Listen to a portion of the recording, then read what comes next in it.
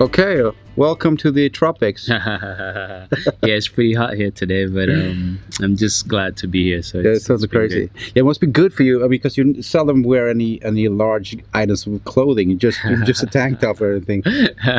I guess it's a nice little fitting or blending, but yeah, I love the hot weather, so it works hand in hand, I guess, with my training. So Yeah. it's good.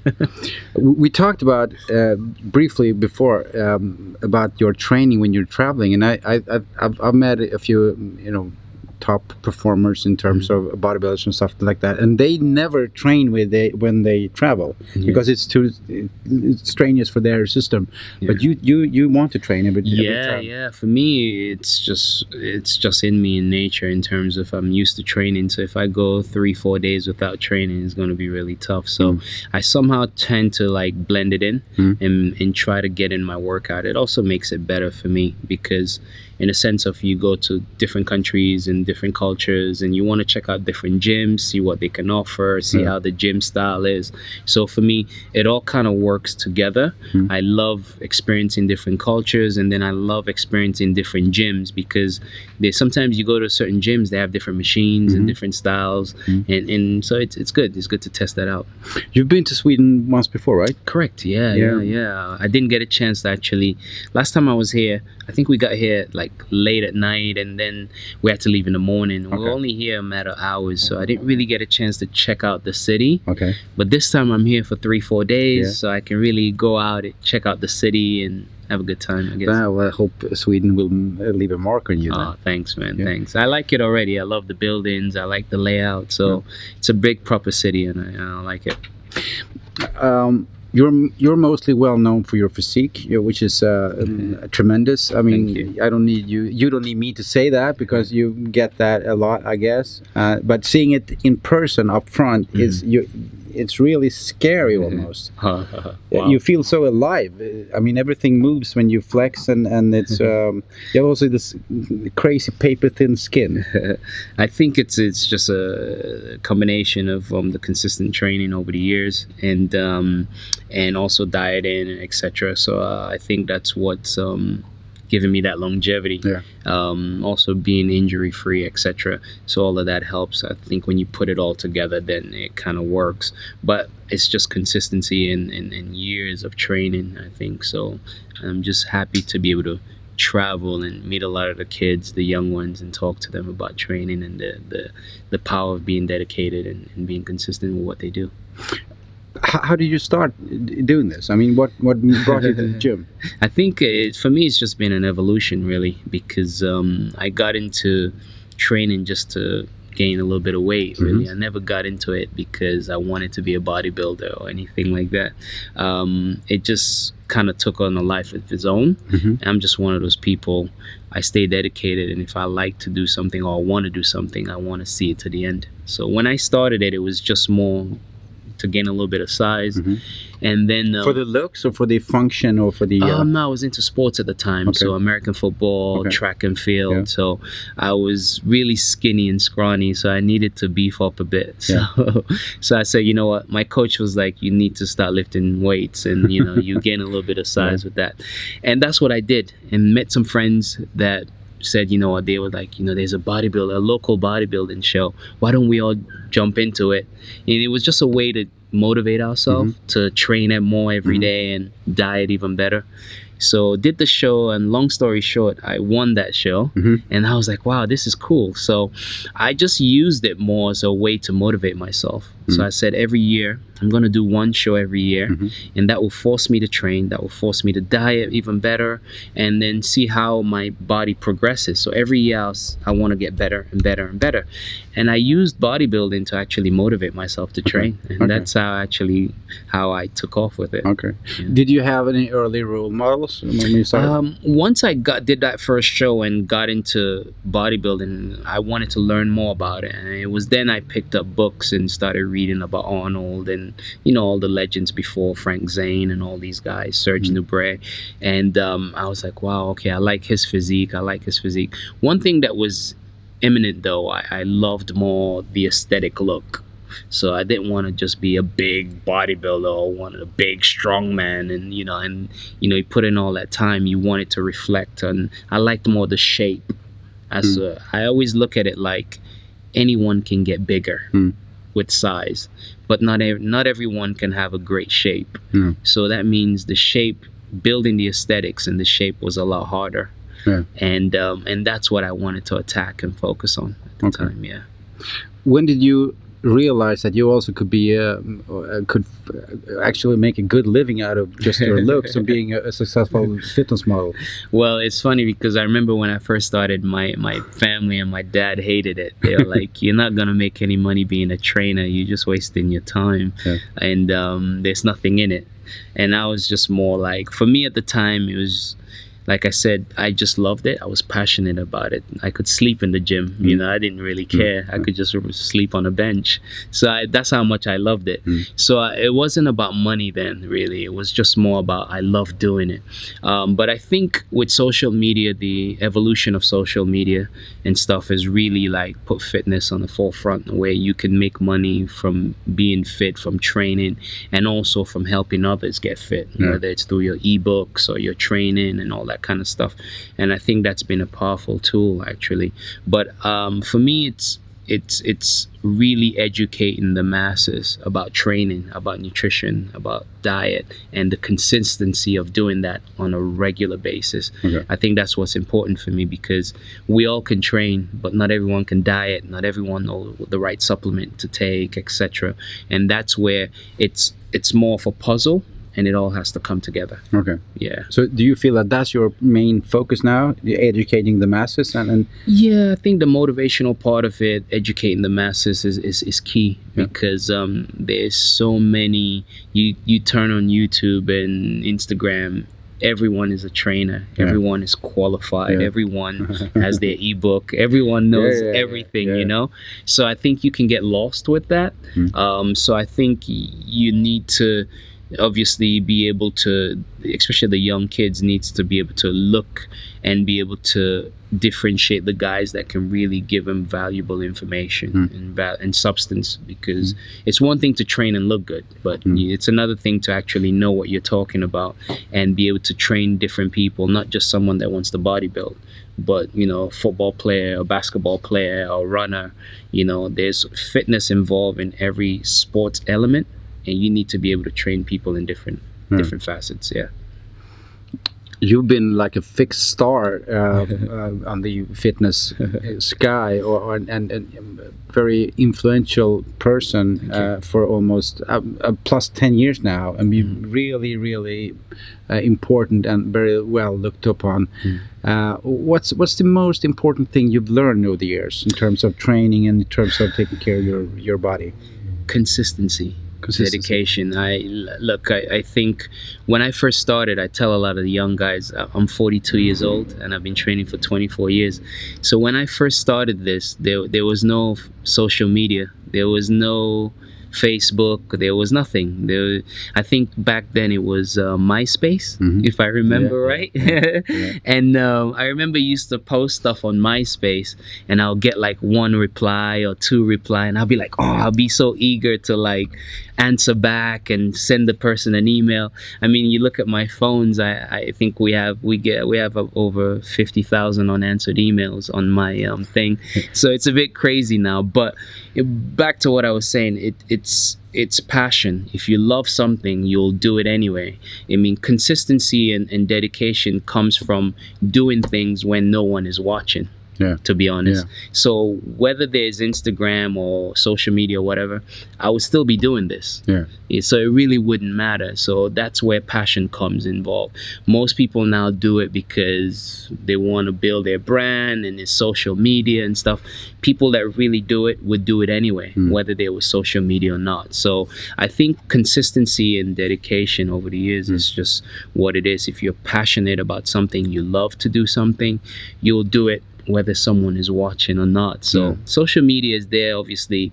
I do it because, one, social media is a business now, and two, it's more so educating people and letting them know this is what you can do, these are different variations, this is how you can do, this is different types of training.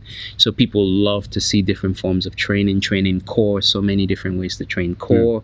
And when you talk about abs, it's not just your abs. Core training means everywhere, the core, all around, lower back, everything. So it's just educating people and letting them know. And that's where social media has been a good tool, because people can visually see how you train. It's one thing to talk about it, but do you walk the walk as well? So that's a whole nother thing. And I think that's where social media becomes instrumental and very good. But whether social media was there or not, I would still be talking to people. I would still be training. I'll still be doing what I'm doing. There are many times I tell the guys, I walk into a gym, I see a lot of the young guys, a lot of them getting ready for their physique or their competition, and they'll just ask me, can you critique my physique, or could you just check me out? I have a routine, is it good? And I'll end up working with them for an hour. I totally forgot I was there to train, you know, and I'll just work with them and be like, yeah, you need to do this. So I think if you just love what you do, man, people see that and they know that you're genuine. You're not just doing stuff to get followers or get likes or whatever. You genuinely love to train. You genuinely love to help people. I think maybe that's what's helped me over the years, because people that follow me, whether from Facebook or from MySpace or from whenever, they still see that I still do that and I still evolve, and I've just, you know, and I've just been there to motivate them. And I think that's why maybe I get the huge following. I don't know.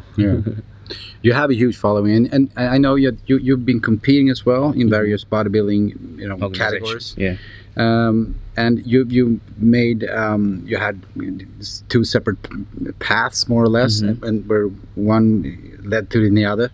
At what point did the competition have to step back for the other one, for the fitness and for the you know what, I think obviously with competition is great, because like I said, I use that to motivate myself and to get better and better. But you get to a point where I've done probably over 20 shows, 24, 25 shows. And you won most of them, right? Yeah, I've lost 3. I lost 3 shows out of like 24 shows that I've done, and those 3 shows, that's how competitive I am. It sticks out in my mind. I have pictures of each of those shows where I still think I won them, but you know, it is what it is. Was it close? I think so. I really think so. The other guys were very good as well, you know, so you're gonna have that. But I think it gets to a point where you learn about training, you learn about nutrition, and then now it gets to a point, as you build your following, you build your brand, you want to be able to educate the masses and be able to reach out. So yeah, when it gets to that point, obviously, and it becomes a business and it becomes more of motivational and educational, then the competition part kind of steps back. And with social media now, it's, you know, you see it. I mean, competition is great, but I think you get so much more appreciation from a lot of the young guys that just want to learn basic training. You know, I was talking to some of the guys here, and they talk about, okay, one side is stronger than the other. How can I kind of balance it so I can feel both sides? You know, just questions like that, where you can really sit down and talk to them. Because at the end of the day, a lot of us are personal trainers. You know, and that's the number one thing. You become a personal trainer, you learn about your physique, you learn to train others. So it's only right that you're able to actually implement that to people and teach them. So I think at some point the competition part takes a back seat, and you really want to educate and motivate the masses. And I think that's what happened with social media. You being so visual and so I mean, you have a huge following, as we said. Does that add any pressure to you?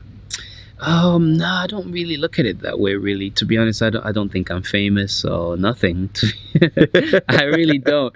Why do you think we're sitting here? I'm just a regular. I just look at myself as a regular trainer, family guy, just chill. I don't really get carried away with that stuff.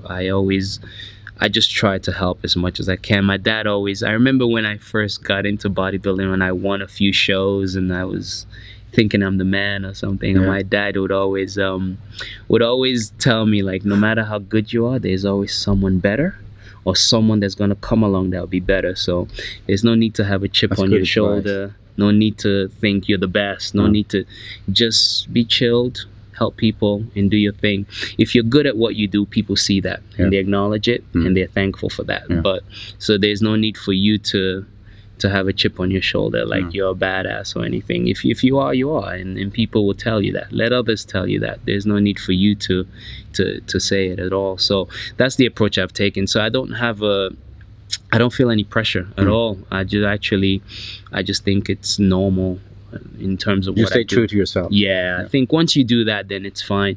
You get a lot of people that, because of social media or a little bit of following, I think they get ahead of themselves, and they think so much of themselves. Where do they play a part or a role, or are they forming a persona that's not themselves? Exactly. And then once you it's like when you tell a lie, it leads to another lie, and you have to kind of follow that, you know.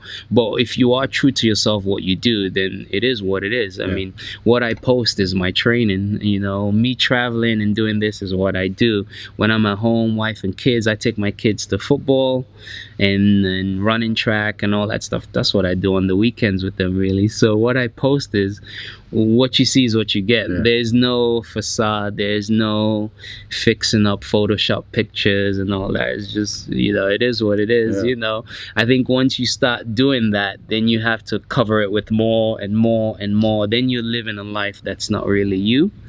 And then when people see you, they're like, oh, that's not the person, or his pictures doesn't look the same, or that's not, you know. And you can tell, you know. So the way I train is the way I train. You know, when I travel, when I meet fans, when I go to expos, is what it is. When I'm at home, when I take my kids running or football, that's what I do. I'm like a soccer mom at home or whatever. if one was to Google you and using pictures as a goal, you would get a lot of pictures of you without any clothes on, of course, and most of them are that kind of where you have a grim face, and very serious like this. But once you get to meet you, you're a completely different person. You're all smiles. You are very humble, down to earth, and I think that's how you have to be, man. It's just, I mean, when we do shoots for, whether it's for the supplements or for promotional shoots and work and stuff like that, obviously they want certain image and they want certain stuff. When I train though, my intensity level is there as well. So, you know, I'm proper on it, you know, and I always want to push myself, you know. So that's why sometimes you see some crazy hardcore videos or some stuff that I do.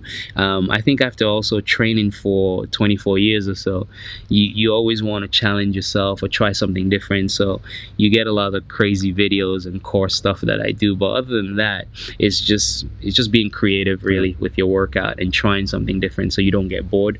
But to be honest, I'm just a chilled, laid back kind of guy. I always tell people my idea of a good night would be maybe relax, put on a movie, glass of red wine, and just watch a movie and chill. It's boring, but I like the wine part. But you know, when you travel so much and you're doing so much work and stuff, a downtime watching a movie, relax, chill at home or in your hotel, I think that's, for me, that's really you'll never catch me in a club or anything or going crazy. Closest I come to a club would be maybe a lounge with a live music, a live band playing, and relaxing. That's it. Yeah, I think club days are gone. Are you? I mean, you're traveling a lot, and you still try to get your training in and stuff like that. Do you have an off season or an on season, or are you basically the same year round? Yeah, I try to stay lean. I'm a lean guy anyway. I think if I don't train, I'll lose weight and just be skinny. Okay. So yeah, I try to stay lean all year round because of a lot of promotional work that I do. But it's just me. I'm pretty much lean anyway. So if I need to get ready for a proper shoot or whatever, maybe I do clean up my diet even more for a week or 10 days. But other than that, yeah, it's nothing, you know, it's nothing. People's like, oh, you stay lean all year round and this, that, and the other. A lot of sacrifice. Yeah. But I don't really, look, if I want to have a slice of pizza, I'll have a slice of pizza. It's not going to change my physique. I don't think. I think it's just, again, it comes down to consistency. and dedication. So yeah, if you're gonna go out with your friends on Friday night and have a drink or two, that's fine. But if you're doing something 90% or 95% of the time, and that little 1 to 5% you want to have something different or eat a slice of pizza, it's not going to change anything, because the consistency is built. You see what I'm saying? The dedication is built. So if I know I'm going to have a great time on a Friday night with my friends, I'm consistent Monday through Thursday or whatever, and then Friday I can have a good time with my friends and then get back on track. Boom. You see what I'm saying? It's when you turn a cheat day into a cheat week, into a cheat month, then you have a problem. Is there any exercises that you don't do anymore? You used to do? Oh, that's a good question, actually. I think obviously as you get older, the craziness that you used to do, I don't do like crazy heavy squats anymore, even though my friends think I still squat heavy, doing like 100. But you do squat? Yeah, I'd squat. I do the deadlift. I mean, look, I used to squat 5.5 plates, and that's 200, 210, 220 kg. That's insane, right? Now I'm happy if I do 180, 4 plates on each side. I'll take that. At 42 years old, I think I'll take that. I'll be happy with that. But I don't go as crazy anymore as I used to. I think that's what it is. I still do everything. So there's nothing I don't do. I still deadlift. I just modify it. I think as you get older, your joints are not the same, your strength level is not the same, so you have to adjust, and the people that adjust with change do better. So if you try to still squat 5 plates or 6 plates, then you're looking at injuries, and so I think I just train more smart. And I also keep my core training as the foundation, and I think that's helped me in terms of not being injured, because my core strength is there, so I can still do everything that I do, but just in moderation, and also bringing down the weight a little bit. I think that's the key. What do you say to people that says that deadlifts will increase your waistline? Well, I don't know. I've been deadlifting all my life, so I don't think it increases your waistline. I think that's more of a myth. People say that. Look, I think if you're going heavy and doing crazy stuff, it may not help, but I don't think it's going to increase it. I think it's just the same thing. I get the same question when I do weighted core training. People are like, does it make your abs blocky? Where, and I don't think so. I think it's more you have to obviously increase the weight gradually. You're not going to try to do core with like crazy amount of weights or anything. I think everything is in moderation. So if you train consistently and you implement the weights in a gradual way, then you build your tolerance and it becomes normal. I think the guys that are young that wants to start off doing crazy stuff will probably get injured and have problem with the waistline. But I don't think it affects it at all. Great. Coming from a deadlift. Last question. I mean, you mentioned consistency as your keyword for success within the gym and within the building of a great physique.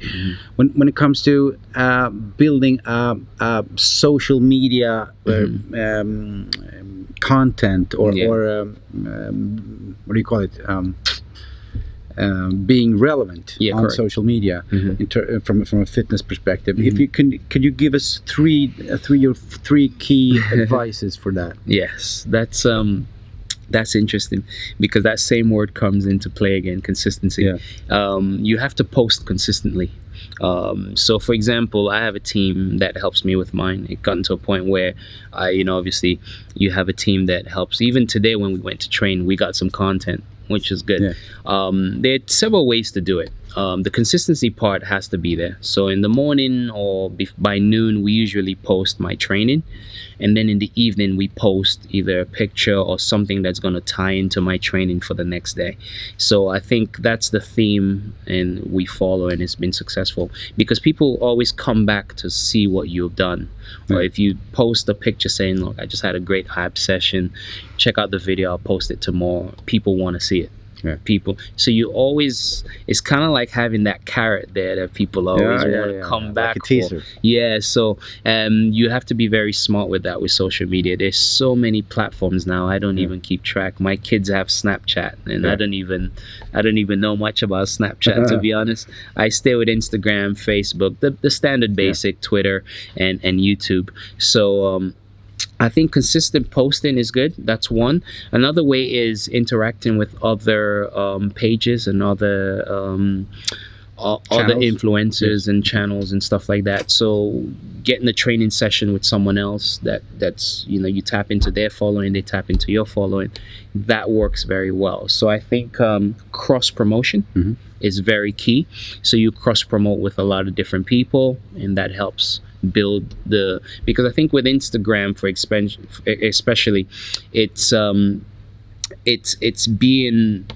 more of interacting.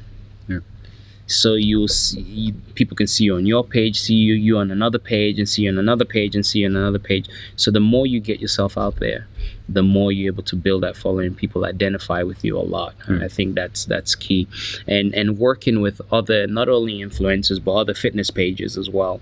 I think that works as well. So if you're getting your content on other pages, is key as well. So once you're being posted on so many pages, people want to know who you are, what you do, or how you're training, and why people... How come this guy shows up every time I go here? It's funny, even my friends say that, like, yeah, put on Instagram, and then you're right there. It's like, and it's not even your page. No. So it's just, I think, also if you produce good content, people want to use that. You see what I'm saying? And that's one of the reasons why also I like traveling. You come to different gyms in different countries, different setup. People will be like, oh, he's at that gym, or this machine is great. Look at this machine. And I've been training for so long. I still go into gyms where I see a machine and I'm like, wow, that's nice. Let me try that. You know what I mean? You think you'd have seen it all after 20 years, but no, because there's a change. There's different development, different machines. So I'll say first, build a consistency in terms of posting. Whether it's twice a day you post, once a day, make sure you post relatively close to that time. Whether it's 12 o'clock every day you're posting. That's one. Two, you cross promote, interact with other pages, other influencers, do videos, do pictures with other people, post it, they post it as well. So you cross promote each other, which works very well. Talking to big pages to get your content out there, I think that helps as well. So if you stick to those, it would help drive your page and help build your page. I think that's the initial start. And once obviously your page is big, then you can do a lot of different things as well with different companies, etc. I think that's key. Okay, great. Okay, nice talking to you. Really nice meeting you as well. Oh, thank you, man. Looking forward. We're gonna meet each other tomorrow as well. Yes, I'll be at the gym tomorrow, so different setting than this, but we'll have fun either way. Great. Thank you, man. It's a pleasure. Yeah, thank you so much.